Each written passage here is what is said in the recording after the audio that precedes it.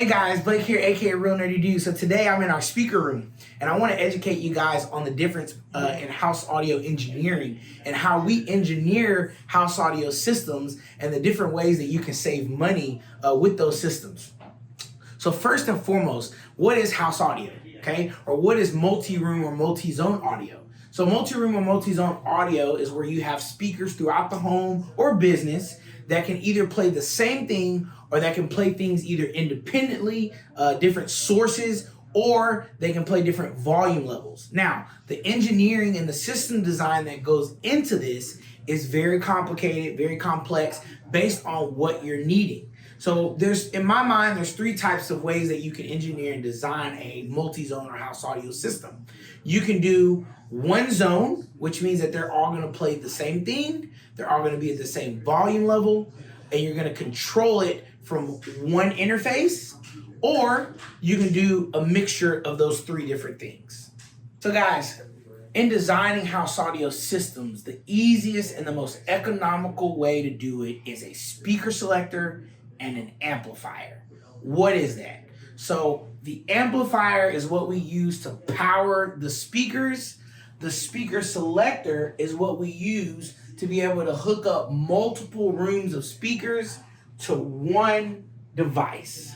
So if you notice here in our speaker room, we have it set up to where we have multiple zones of speakers that are all controlled by one speaker selector that is powered by one amp.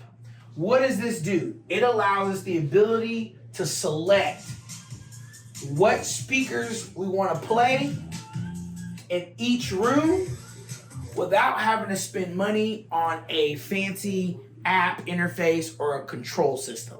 So this is kind of the old school audio analog way of doing things, but man, it's down and dirty. It gets the job done. It's economical, and it really allows you to control multiple rooms of speakers without having to invest in a lot of AV equipment. Now, what are the downsides? The downside is, one, you get only one source. What does that mean, source? That means that you can only play the same thing in each room. So I cannot play, I can't have rap music going on in one room and then have maybe jazz going on in the living room, because the speaker selector is only designed to be able to give you the ability to select what speakers you want on or off. Now, the other thing you have to think about is volume. Now, most economical or entry-level speaker selectors don't have the volume knobs on the front. So there is no dedicated volume control. So what does that mean? That means that whatever volume level you have the amplifier set to is the same volume level that you're going to have for the entire house of speakers. So it doesn't matter if the speakers are in the living room or if they're in the patio, they're going to play at the same volume level. So those are the drawbacks to this type of system. And where you gain on the economics of it, you lose out on a lot of the functionality in regard to volume control and source control. But if you have a house full of speakers, you have a new custom home, and you're really trying to find a way to disperse all that sound, and you don't want to break the bank, a speaker selector and an amplifier is always the best way to go. And continue our discussion on house audio. We've talked about house engineering and house audio design. Today we're gonna level up. I'm gonna level you guys up. So in our previous video, we spotlighted a speaker selector with an amplifier. And we know now from our engineering and our design education that allows us to play the same source at the same volume level throughout the house. But we say, hey, Blake, you guys are real nerdy dudes, right? You're the real nerdy dude. I want to be able to play something different in each room. And I also want the ability to control the volume level in each room separately. I mean, now we've got some engineering and some design work. We gotta go in and we gotta make sure and facilitate how are we gonna do this. The easiest way is to put a control system on it. Okay, so what does that mean? That means getting some type of home automation system or some type of house audio app-enabled system. Today, I'm going to show you Control 4's interface, but obviously we spotlighted Sonos. If you saw my video on Weem, which is like the new Sonos killer in my opinion, That's a phenomenal system for house audio. And those systems allow you the ability to connect the amplifiers to an app interface that allows you to control those amplifiers independently in regard to source and volume.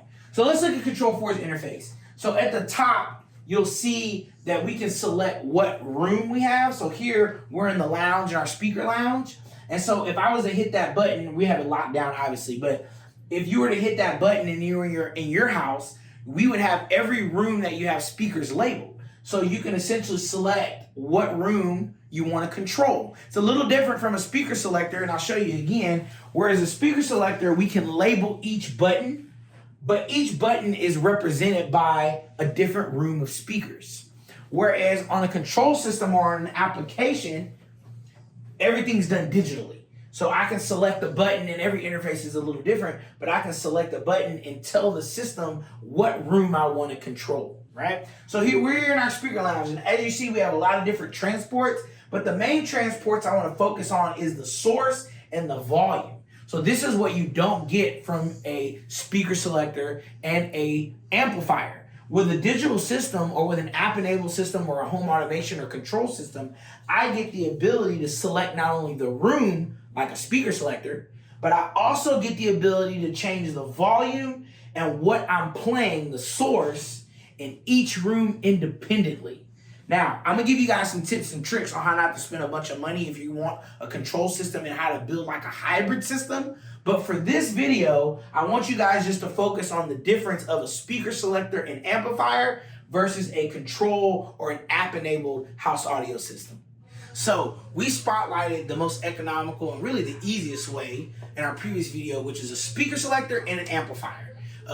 The drawback to a speaker selector and amplifier design and engineer setup is that you don't get the ability to control the volume and the source independently.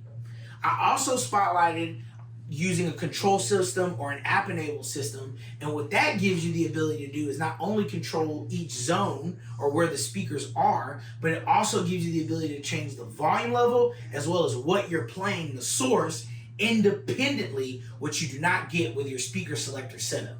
Now, I want to give you guys a couple tips and tricks that they will not tell you, and this will save you a ton of money. So today we're in our bistro where we have our Sonos set up, and I want to spotlight our Sonos amplifier, okay?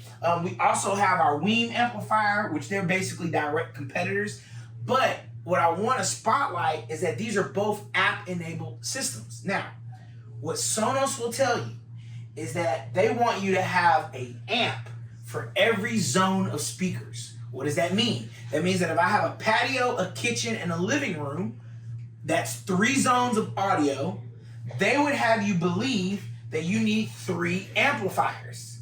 Well, that's not true.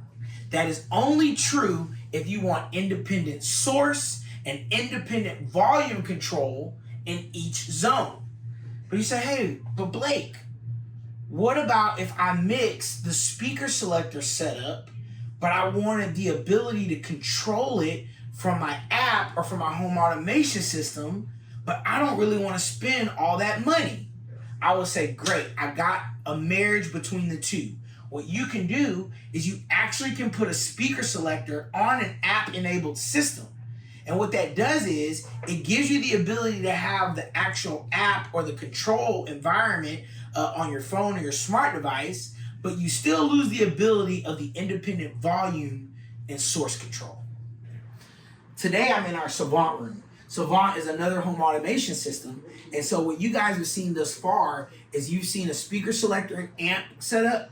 You've seen the Weem Sonos, which is like an app-enabled setup. And then I've also showed you Control4, which is a home automation setup. And now we're going to spotlight probably our most premium house audio system, which is Savant, which is also a home automation system. Now, this amplifier is actually 4 zones of audio, okay? And what that means is that I can have 4 rooms of audio connected to this one amplifier. And then if I pick up any of my devices, such as iPad, such as a keypad on the wall, remote, I can control all those zones of audio from my Savant home automation app or remote control. So we're still spotlighting house audio. We're still talking about system design and engineering. And today, guys, I'm giving you all the tips and tricks that most integrators will not tell you because they want you to break that bank. So guys, I've already explained to you guys the difference between each of the systems. So we've talked about speaker selectors with an amp, which, as you know now, you lose the ability for source control and volume control independently. We've also talked about our home automation and our app-enabled systems like Sonos, Weem, Savant, Control 4, which those give you the ability to control not only the zone, but it also gives you the ability to control the volume and the source all independently. And in those systems, that's where you can group and ungroup zones, and you can decide if you want maybe 4 different things of music playing at 4 different volume levels, or if you want to group them all together to have one seamless audio scene going at one time.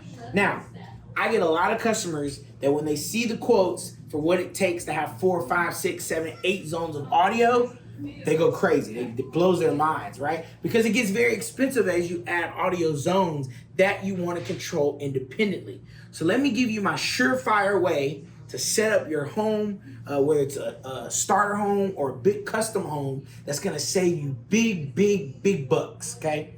In my experience of doing this now almost over 20 years, I can tell you that 99% of customers want 2 zones of audio. They want an outside zone and they want an inside zone. Now, don't get zones confused with where speakers are. So just because you have speakers in the game room, the family room, the kitchen, and the patio, maybe the courtyard, those are just distinguishing where the speaker locations are at. It does not distinguish the zones. Now, if we were doing a speaker selector and an amp, we know now that that would all be one zone because that zone can only play one source at one volume level. Now, if we were to go into our Sonos, Control 4, Savant systems, we know that that would be 5 or 6 zones because those manufacturers, those companies will have you believe that for every room of speaker locations, you need to have a separate amplifier that you can control independently. That's what they want. But who wants to spend all that money, right? I know that I wouldn't. And most people, functionality-wise, don't use the systems that way. Especially if you have a family room and a kitchen that are right next to each other. That would be crazy to have 2 different zones that are independent from each other. So what I do when I design and engineer for my customers, why they love me, right, is because I save them money, is I always recommend starting with just 2 zones. So you want an outside zone and an inside zone. Well, how do I engineer that? How do I design that? It's really simple. You take the concepts from the speaker selector and you mix them with the concepts from the app-enabled or the home control systems. So what I would do is I would get a speaker selector, and then I would get 2 of those house audio amplifiers from either Weem, Sonos, Control 4, Savant, and I would marry the 2. So what I would do is I would take one amplifier that has an app-enabled control system on it, and I would connect that to a speaker selector where I have maybe 4 or 5 rooms that I want to group together. And then I would do the same thing for my outside zone. So if I have maybe 3 areas outside that I want to group together, I would utilize a speaker selector to group them into one zone, and then I would plug them into whatever app-enabled amplifier I have so that I can get the volume and the source control of that zone.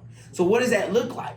All that looks like is 2 speaker selectors, 2 app-enabled amplifiers, which gives me 2 zones, and it doesn't really matter how many rooms of audio are in each zone. What matters is how many different sources and how many different volume levels I want. That is what truly dictates your house audio zone.